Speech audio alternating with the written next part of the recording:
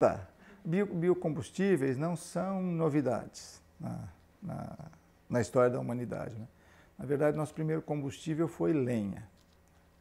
E por quase, na nossa história aí de ao redor de 1 bilhão de anos, né, e de domínio de fogo, que nós não sabemos exatamente, mas algumas dezenas de milhares de anos, nosso principal combustível foi lenha.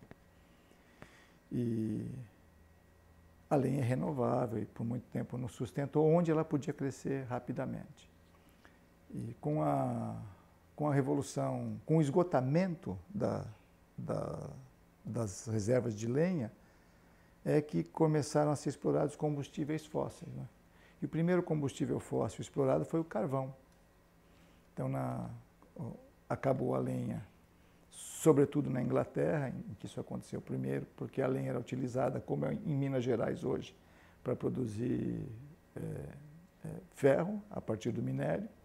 Aí acabou a lenha, não tinha mais como conduzir aquilo, e o pessoal descobriu que após um processo de limpeza, o carvão mineral, que é a lenha acumulada em períodos geológicos passados, né? Esse carvão mineral poderia ser utilizado como combustível.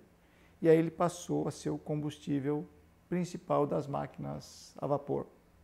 Mas mesmo na época das máquinas a vapor, onde havia lenha, a lenha era um combustível mais fácil. Aqui no Brasil, as ferrovias foram introduzidas, sobretudo, consumindo lenha.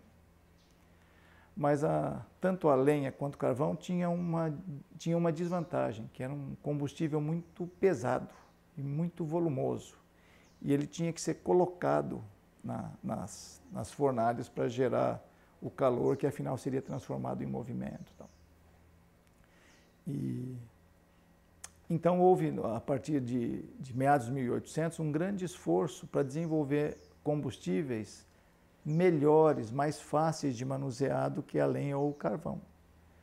E, sobretudo, a produção de motores leves que pudessem ser facilmente transportados. Então, foi nesse contexto, dessa busca, que se desenvolveram dois mecanismos de funcionamento de motores com combustíveis líquidos. Então, o primeiro mecanismo foi desenvolvido com álcool. Álcool, em alemão, a palavra é Spiritus. E esse motor a álcool, então, passou a ser utilizado.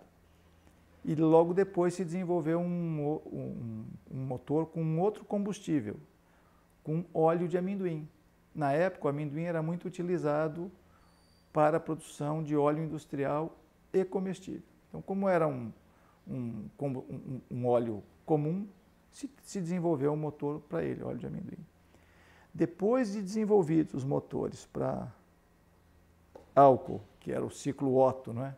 Assim chamado para quem estuda mecânica, e a óleo de amendoim, que foi chamado de ciclo diesel, nos dois casos em função dos nomes dos inventores, depois de já descobertos e funcionando esses motores, é que se descobriu uma fonte mais barata de combustível, que era o petróleo. Então, o petróleo, embora conhecido desde a antiguidade, em algumas regiões ele aflorava, né? Aquele líquido espesso, grosso, oleoso, era usado para impermeabilizar telhados e outros materiais, impermeabilizar madeiras, barcos. Então, se descobriu que esse petróleo, que aparecia naturalmente em algumas regiões, podia, desde que fracionado, gerar um combustível que substituía o álcool, que era a gasolina. E um outro combustível que substituía o óleo de amendoim, que era o óleo diesel. Foi então que, por ser mais barato explorar esse recurso mineral, então fartamente disponível, foi por isso que a gente começou a bombear petróleo.